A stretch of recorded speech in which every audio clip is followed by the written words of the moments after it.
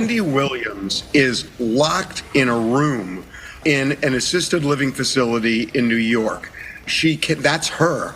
The only way I could interview her was to have a camera on the street because we can't get a camera in. She can't really have any visitors.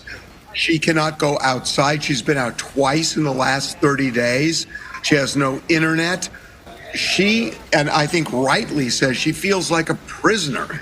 Are you allowed to go out? No. In the last 30 days, I went out twice. She is in a guardianship. And I got to tell you, Lauren, if you saw the Lifetime documentary on her when she was deep into alcohol a couple of years ago, it made sense to have a guardianship. Wendy is sober now. She is fine. I have spoken with her for hours and hours, as have many others.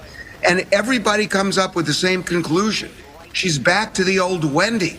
Yet, she's not only in a guardianship, it's a guardianship that has essentially locked her up and thrown away the key. She has been diagnosed with something called frontotemporal dementia. That's what Bruce Willis has.